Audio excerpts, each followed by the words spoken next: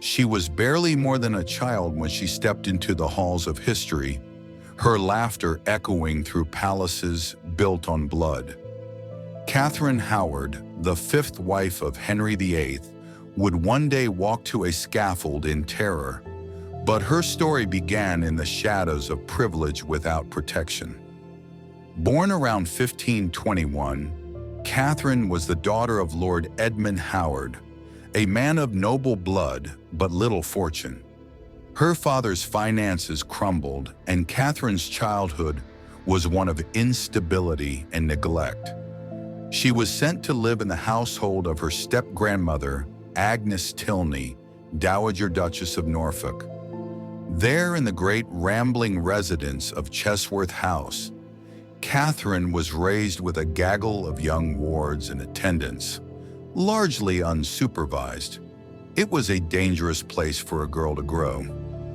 The Duchess's household offered music, dancing, and gaiety, but little discipline. At night, the girls often slept in communal dormitories, where young men and tutors had disturbingly free access. Catherine, vivacious and naive, was easily drawn into flirtations that would later return to haunt her. Francis Derham, one of her earliest companions, would later claim her as his wife indeed, proof enough for enemies to brand her wanton. Yet in those days, Catherine seemed destined for nothing more than the periphery of court life. She was pretty, charming, and quick with a smile, but hardly the product of rigorous education or stern moral guidance. Her fate changed only when her uncle, Thomas Howard, Duke of Norfolk, maneuvered her into the glittering world of Henry VIII's court. By 1540, Henry's disastrous fourth marriage to Anne of Cleves had collapsed. The king, now middle-aged, obese, and plagued by ulcerous legs, was humiliated. He longed not only for companionship, but also for the intoxicating reassurance of youth. Into this void stepped Catherine Howard, barely 17, her cheeks flushed with life, her movements light, her eyes sparkling with flirtatious charm. Henry was besotted. Chroniclers recorded how she dazzled him with music and dancing, how her presence revived his spirits. He called her his rose without a thorn, a phrase that clung to her forever after. To a man wearied by disappointment, Catherine seemed the embodiment of innocence and vitality. She was, in truth, a child playing at queenship, but to Henry she was salvation. In July 1540, only weeks after the annulment of his marriage to Anne of Cleves, Henry married Catherine in a private ceremony. The contrast between the aging, bloated monarch and his teenage bride was stark. Yet for a time, the union seemed to breathe new life into Henry. He showered Catherine with jewels, silks, and attention. Court observers noted his renewed merriment, as though the king had reclaimed a piece of his youth. Catherine basked in the glow of royal favor. She was paraded as a jewel of the Tudor court, adorned in gowns of crimson and gold, her hair braided with pearls. The people too rejoiced. After years of turmoil, the execution of Anne Boleyn, the annulment of Anne of Cleves, here was a young queen whose beauty promised stability. Londoners cheered her as she processed through the streets, their shouts of "God save the Queen!" echoing through the city. But beneath the glitter of her rise, shadows lingered. Catherine's past, though not widely known, was an open secret to some. Whispers of Derham, of her careless youth in the Duchess's household, floated among courtiers. Worse still, Catherine's inexperience made her reckless. She lacked Anne Boleyn's political sharpness, Jane Seymour's careful obedience, or even Anne of Cleves' pragmatism. She lived for laughter, for admiration, for the intoxicating thrill of being desired. Enemies watched. Archbishop Thomas Cranmer, ever cautious, began collecting rumors. The Duke of Norfolk, though Catherine's kin, would not shield her forever. Court factions shifted like quicksand, and a queen's survival depended not only on the king's love, but also on her ability to silence the whispers around her. Catherine, barely more than a teenager, did not yet understand that the throne upon which she sat was built as much on secrets as on power. Still, for a brief season, she was adored. In banquets and masks, she shone like the embodiment of spring. Henry, limping and swollen, gazed at her with something like worship. For the first time in years, he smiled without bitterness. To all appearances, Catherine Howard had achieved the impossible. She had charmed the most dangerous man in England and secured her place as his queen.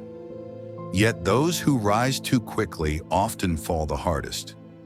Catherine's ascent was not a triumph of cunning or strength, but the fragile gift of youth and beauty. And beauty fades. Youth missteps. Secrets cannot remain hidden forever. For a few dazzling months, Catherine Howard's queenship glittered with youth and laughter. She danced in silks, paraded through the palace gardens, and basked in Henry's adoration. But the walls of Tudor power were lined with shadows, and within them lurked the whispers that would destroy her. Catherine's past was not the past at all. It was a shadow dogging her every step. In Chesworth House, years earlier, she had been little more than a girl left to her own devices. Francis Dereham, a handsome young man in her grandmother's household, had been more than just a flirtation. They had exchanged tokens and promises, words that in Tudor custom could almost equal a binding marriage. He boasted to others that Catherine was his wife, indeed, if not in name. For a girl with little protection, the line between innocence and scandal was perilously thin. When she became queen, Catherine surely thought such memories were buried beneath layers of velvet and jewels. But in the Tudor court, nothing stayed hidden for long. Old rivals remembered, servants gossiped, and enemies of her Howard kin bided their time, waiting for a weakness to exploit. It might have remained a dormant rumor had Catherine not been reckless. Within months of her marriage, she allowed Thomas Culpeper, one of Henry's handsome and ambitious courtiers, into her orbit. Culpeper was close to the king, but he was young, daring, and dangerously attentive. Catherine, barely 17, was intoxicated by the thrill of his admiration. Letters passed between them, small, breathless notes carried by trusted attendants. "Yours as long as life endures," she scrawled in a moment of girlish abandon. To Catherine, perhaps it was romance.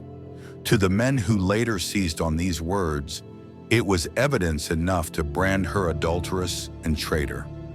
Catherine was not Anne Boleyn, who had navigated Henry's court with calculated intelligence.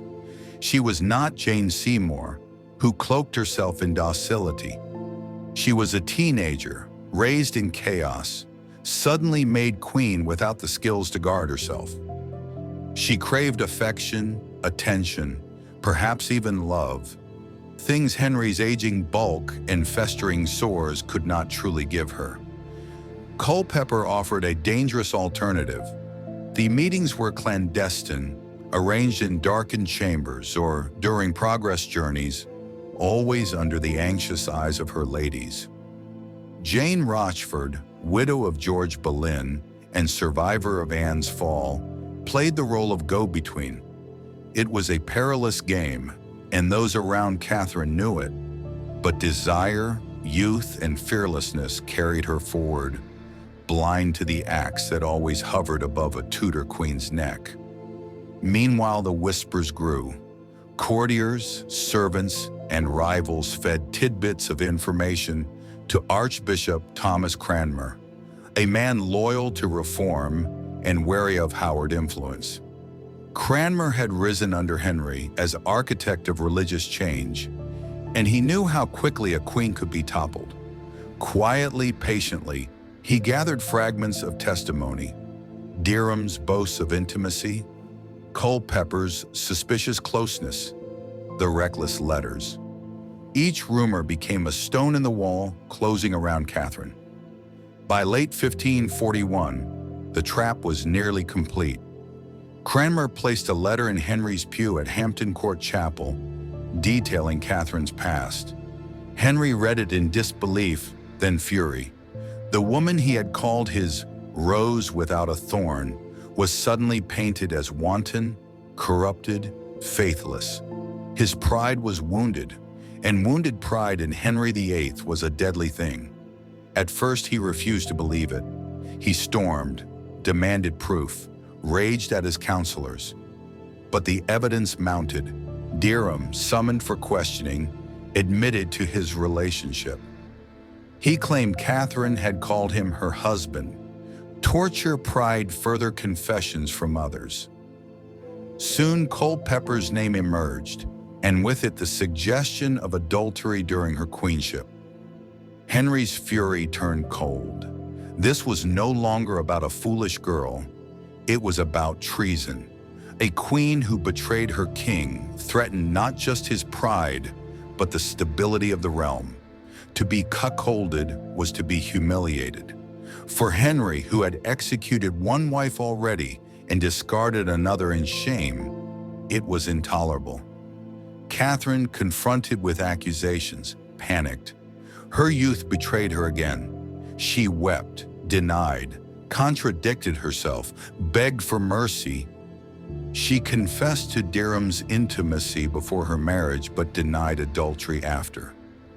Yet in the harsh logic of Tudor law, her past could be twisted into treason. Her enemies did not need airtight evidence, only enough to enrage the king and justify her fall. In the gilded chambers of Hampton Court, Catherine paced like a trapped bird. She knew the storm was coming. Desperately, she tried to reach Henry, to plead her case. One famous account describes her breaking free from her guards and running down the long gallery, screaming for Henry's mercy, only to be dragged away before she reached him. The palace that had once been a playground for Catherine Howard now became her prison. Whispers hardened into accusations, and accusations solidified into proof extracted through fear, torture, and betrayal. The glittering queen of 1540 was by late 1541 reduced to a trembling girl, cornered by the most ruthless court in Europe. The first blow fell with the interrogation of Francis Derham. He was dragged before counselors, pressed under oath, and finally broken. Under brutal questioning, he admitted his intimacy with Catherine before her marriage, boasting he had known her carnally. His words were both shield and sword, a shield because he insisted it had been before she was queen, but a sword because they confirmed her compromised virtue. In the eyes of Henry's council, the mere suggestion that she had been corrupted before wedding the king cast doubt on the legitimacy of the marriage itself. Thomas Culpeper, the more dangerous figure, fared worse. Arrested and tortured, he confessed that he had indeed met the queen secretly, though he denied consummation. His denials mattered little. His words could be twisted. To meet in secret was to plot. To write letters was to conspire. To desire another man while married to the king was, in the eyes of Tudor law, treason. For Henry, the revelation was devastating. The proud king, who had presented his young bride as a vision of purity, now confronted the humiliation of betrayal. He had built his honor on the bodies of discarded wives and executed enemies. But Catherine's disloyalty cut deeper. She had made him a fool before his court, his nobles, and his people. His response was as inevitable as it was merciless. Catherine was placed under house arrest at Hampton Court. Guards patrolled her chambers. Servants who once fussed over her gowns now watched her every movement. Rumors tell of the infamous night when Catherine, realizing her doom, broke free from her guards and ran screaming down the long gallery, shrieking for Henry's mercy, clawing at the locked doors of the chapel where she thought he prayed. She was dragged back, her cries echoing through the halls. Whether wholly true or embroidered by later chroniclers, the story captures her desperation. A teenager, frantic, still hoping for forgiveness that would never come. From Hampton Court, she was moved to Sion Abbey, a grim contrast to the glittering court she once knew. Here, isolated from Henry, she was interrogated repeatedly. Each session chipped away at her composure. Sometimes she protested innocence, insisting Derham was only her suitor before marriage. At other times, cornered, she broke into sobs, begging for mercy. But there was no mercy to be found. The councillors, Cranmer, Norfolk, Suffolk, were united. Catherine was a liability, her past a scandal, her present a humiliation. To spare her would be to invite ridicule upon the crown. Henry himself avoided her, his heart hardening with each report. The man who once called her his rose without a thorn now muttered only about betrayal, shame, and treason. Meanwhile, her supposed accomplices met their fate swiftly. Francis Derham and Thomas Culpeper were executed in December 1541 at Tyburn. Culpeper, the more noble-born, was granted the mercy of beheading. Derham endured the full horror reserved for traitors, hanged, drawn, and quartered. Their deaths foreshadowed Catherine's own, stark reminders that the machinery of Tudor justice, once set in motion, could not be stopped. Catherine herself was never granted a formal trial. Like Anne Boleyn before her, her fate was sealed not in a courtroom, but in the council chamber. A bill of attainder, parliamentary condemnation without trial, was drafted and passed, declaring her guilty of treason. She was stripped of her title as queen and condemned to death. In the eyes of the law, she was no longer Henry's consort, but a common adulteress, a traitor unworthy even of a hearing. At Sion Abbey, the reality of her fate slowly settled upon her. Accounts tell of her wild swings of emotion, frantic terror, pleading tears, moments of eerie calm. She prayed often, sometimes incoherently, clinging to her rosary. Her attendants described her as childlike, unable to comprehend the enormity of what awaited. She asked over and over if the king might still spare her, but Henry's silence was answer enough. In early February 1542, she was moved once more, this time to the Tower of London. The barge glided along the Thames, its oars dipping silently as it carried her toward the same fortress where Anne Boleyn, her cousin, had met her doom just 6 years earlier. The tower's gray stones loomed like a tomb as she was led through Traitor's Gate. For Catherine, the last hope of clemency died in that moment. Inside her cell, she prepared, or tried to prepare, for the scaffold. Chroniclers claim she asked for the executioner's block to be brought to her chamber, so she might practice placing her head upon it. The chill of February clung to London on the morning of February 13th, 1542. Clouds sagged low over the city, gray as ash, as the bells tolled their slow, deliberate knell. Inside the Tower of London, Catherine Howard prepared to walk to her death. She was 19 years old. Her final hours were marked by a mixture of fear and fragile composure. Attendants described her as pale, trembling, and weeping in bursts, though she tried to steady herself with prayer. She clutched a rosary, her fingers restless on the beads. In the darkness of her chamber, the silence was punctuated only by the muffled clang of doors and the occasional cry of a raven circling the tower walls. At dawn, the lieutenant of the tower entered.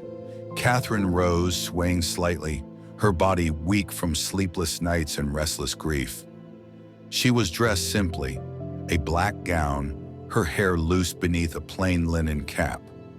Gone were the silks, the pearls, the gilded gowns in which she had once danced before Henry VIII. On this day, she was not a queen, but a condemned woman. The walk to the scaffold was mercifully short. Unlike common traders who died at Tower Hill before jeering crowds, Catherine would be executed within Tower Green, a more private space reserved for queens.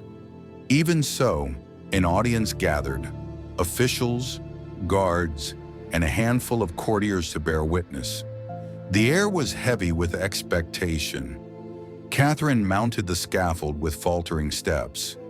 Accounts say she gripped the ladder rail tightly, her knuckles white, her face ghostly pale. She turned to face the crowd, her lips quivering as she began to speak. Her final words were neither the eloquent defense of Anne Boleyn nor the pious resignation of Jane Seymour. They were the words of a frightened girl, desperate yet resigned. "I die a queen," she is said to have whispered, "but I would rather have died the wife of Culpeper." Whether genuine or apocryphal, this alleged confession has echoed through centuries as the cry of a girl who had been thrust into a world she did not understand and consumed by it. More reliably recorded are her pleas for forgiveness. She acknowledged her sins, asked God's mercy, and prayed for the king's long life. Witnesses noted her voice trembled and her body shook, though she tried to summon dignity. Unlike Anne Boleyn, she did not attempt wit or cleverness. She was too young, too terrified, too undone. Once her words faltered into silence, she turned to the block. The great wooden structure loomed dark and solid, its surface scarred by the weight of lives ended upon it. Catherine knelt, her skirts pooling around her. For a moment she hesitated, then pressed her neck against the worn groove. Some say she had practiced this moment in her cell, rehearsing the position so she would not fumble. Now the reality of it pressed against her skin, cold and final. The executioner, dressed in black, raised his axe. The crowd held its breath. Catherine's shoulders tensed, her body rigid. Then, with a single swift stroke, it was over. The blade bit clean, and her head fell upon the straw. Silence gripped the courtyard. The executioner lifted her head high for all to see. The girl who had been queen was reduced in an instant to an object, a symbol, a warning. Those who watched shifted uneasily. The horror was not in the swiftness of the stroke, but in the youth of the victim. Catherine was little more than a child, yet she had been chewed up and spat out by Henry's merciless reign. Her body was carried to the chapel of St. Peter at Vincula, within the Tower grounds, the same resting place as Anne Boleyn, her cousin. Two queens, both Howards, both accused of adultery, both beheaded beneath the shadow of Henry's wrath. The chapel became a silent crypt of Tudor tragedy, the cold stone floor bearing witness to the blood of women once crowned. For Henry, the execution was necessity, not triumph. He did not attend. By then, his heart was hardened, his fury quiet but implacable. Catherine's death was not marked with pomp or triumph, only with weary inevitability.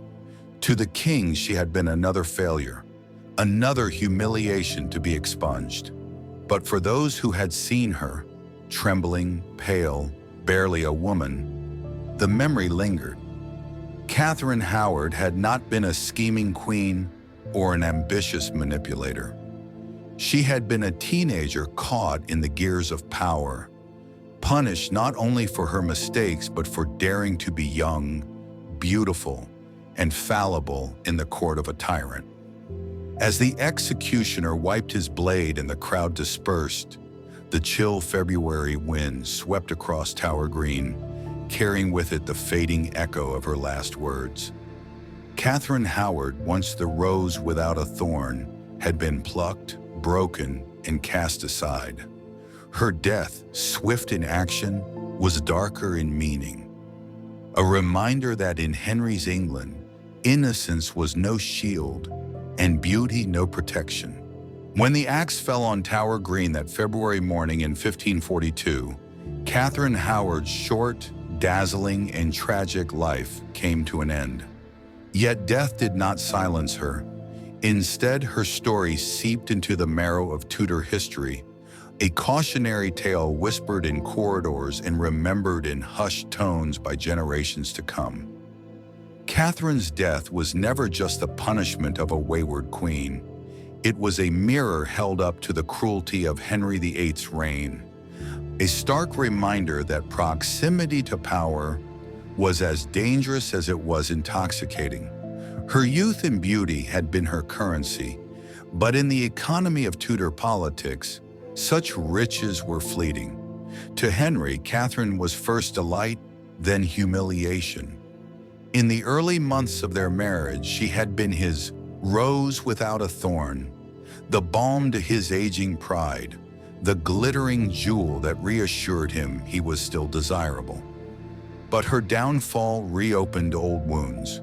Her betrayal, whether real or exaggerated, stung deeper than most.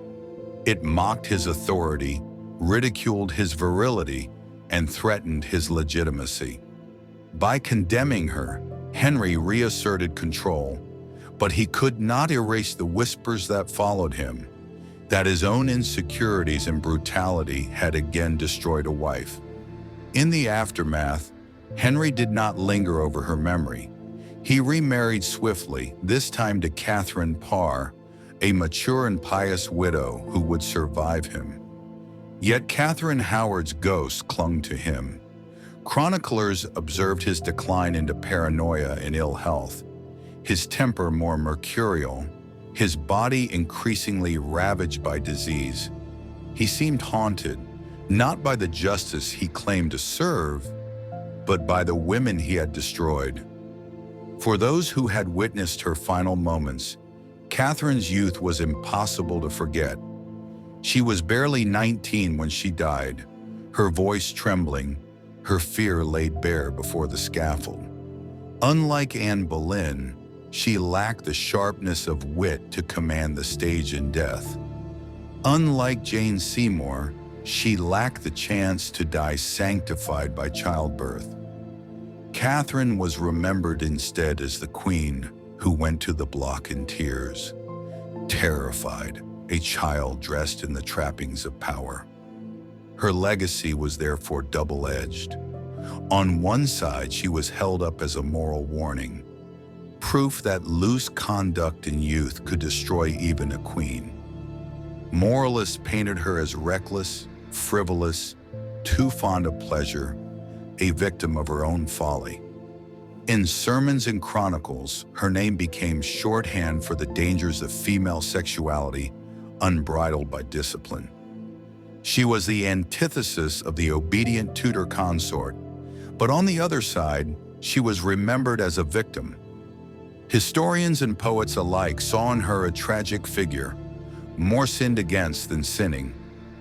Neglected as a child, exploited as a teenager, thrust into queenship without preparation, she was condemned not only for her mistakes, but for the failures of those who should have protected her. Her story became the tragedy of innocence, crushed by tyranny, of youth, devoured by power. The tower itself bore her imprint. The chapel of St. Peter at Vincula, where her body was buried alongside Anne Boleyn, became a silent witness to Henry's cruelty. Two cousins, both accused of adultery, both condemned as traitors, both executed within its walls. Their bones lay together, mingling with the dust of queens who had once worn crowns of state. For centuries afterward, visitors to the tower felt the weight of their presence, the lingering sense that the ground was haunted by their restless spirits. Legends sprang up. It was said that Catherine's ghost ran screaming down the haunted gallery of Hampton Court, forever replaying her desperate dash to reach Henry's chapel and beg for mercy. Servants and courtiers swore they heard her cries echoing through the corridors, the sobs of a girl forever trapped in her final terror. Whether true or superstition, such tales reflected the way her death imprinted itself on England's memory, not as triumph of justice, but as spectacle of cruelty. Even in later centuries, when Tudor history was reinterpreted through the lens of nationalism and romanticism, Catherine's name carried the stain of tragedy. Painters depicted her as pale and doomed, clutching a rosary, her eyes brimming with fear. Playwrights and novelists lingered on her innocence, her recklessness, her fatal beauty. She was not remembered for political deeds or for shaping England's course, but for the way she died, young, broken, humiliated. And yet, in that very humiliation lay her enduring power. Catherine Howard became the embodiment of the dark underside of Tudor glory. Her death reminded generations that beneath the pageantry of Henry's court, beneath the triumphs of empire and reformation, lay the blood of those who had been crushed to build it. Today, visitors to the tower still pause at Tower Green, where a small plaque marks the spot of her execution. They stand in silence, imagining the young girl kneeling before the block, the axe rising above her neck.